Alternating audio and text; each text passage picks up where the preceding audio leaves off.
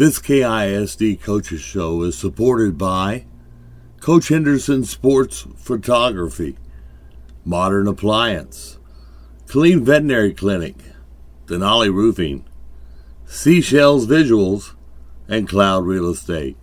Well, joining me now is Toby Foreman, head coach of those Shoemaker Gray Wolves, coming off another big win, 2-0 so far on the year. Went out to Chaparral High School, brand new stadium. You were the home team at Chaparral for that ball game. Talk about how things went out there, buddy.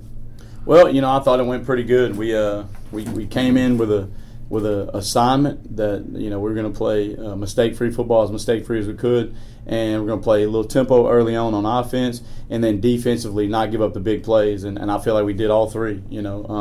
They completed one pass for about 15, 16 yards, but nothing nothing major.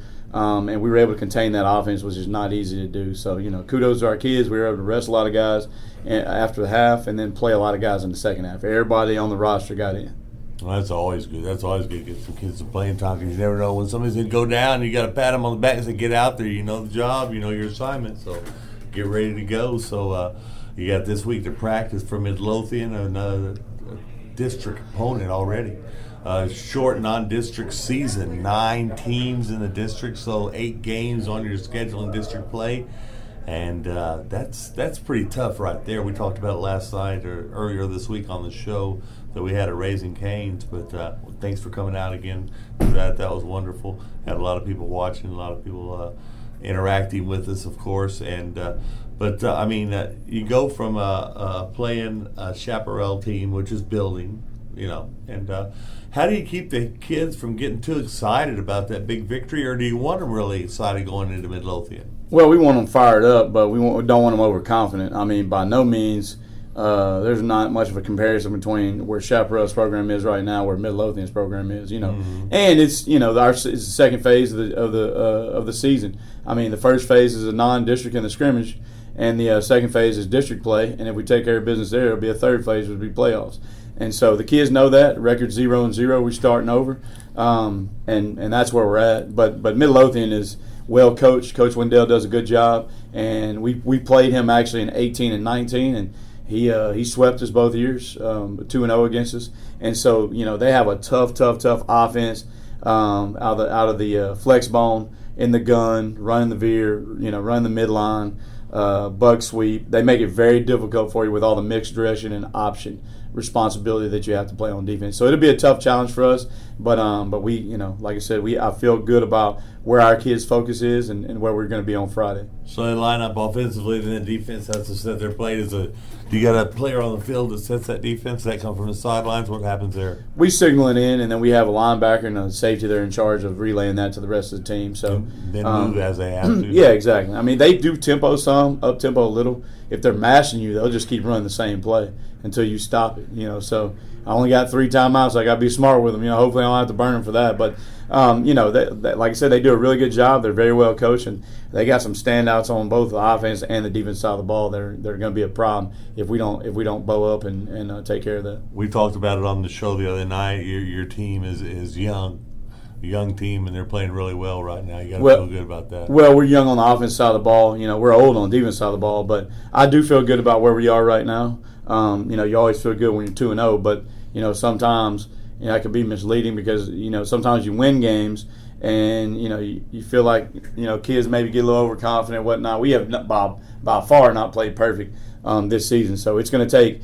This will be our toughest opponent to this point. It'll take an unbelievable effort on Friday, and like I said, we're excited about the opportunity and the challenge. A couple of guys on their teams that do stand out. Number one is Diago Benson. That's Cedric Benson's nephew. He's a tailback.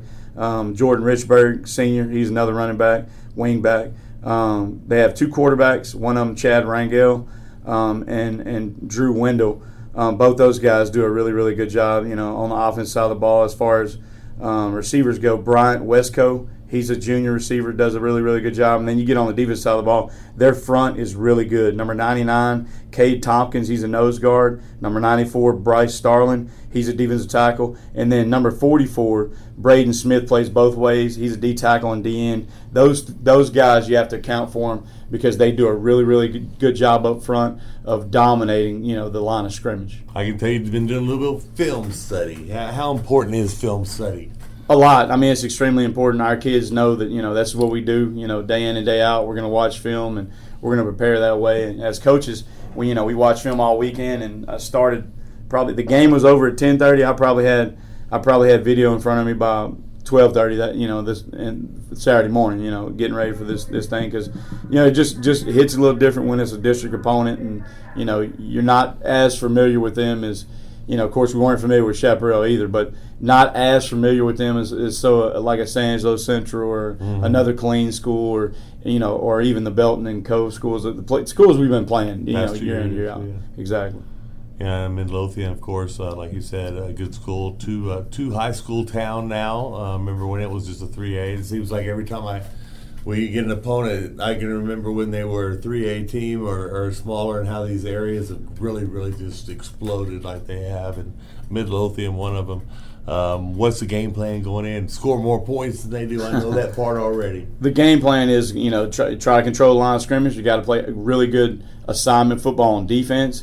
And then offensively, you still got to control the line of scrimmage, but you also have to have, no turnovers. We haven't done that yet this year. We've had one in each game. One interception against San Angelo and then one fumble against Chaparral. But we can't turn the ball over, and we got to win the special teams game. I do think special teams in this game is going to come down, to maybe the difference in the game. But this should be a late fourth quarter, maybe not a who gets the ball last type deal, but it should be a really, really good game to the end. The concession stand should do a really, really good job on both sides because this is going to be a 48-minute affair in my opinion. I'm ready for it. It's be Friday night at Leo Buckley Stadium, so it's good to be at the home stadium too for a game like this. Yeah, that's right. And like I said, this is our second time playing at Leo Buckley this year, and we played at Shap last week at Cyril Stadium, and that was really a good experience. But it's just something about Buckley. We've been playing there. I've been coaching there for 6 years now. There's just a little bit different comfort level that you get in that stadium, and so we're excited about going back there and the opportunity to open up district hosting a home game opposed to being on the road. All right. Well, we'll see you after the game or during the game, one of the two. Sometime I'll be there. All right. Well, hey, thank all of you. And come on out Friday night. Make sure you bring your navy blue and silver. And as always, go Gray Wolves.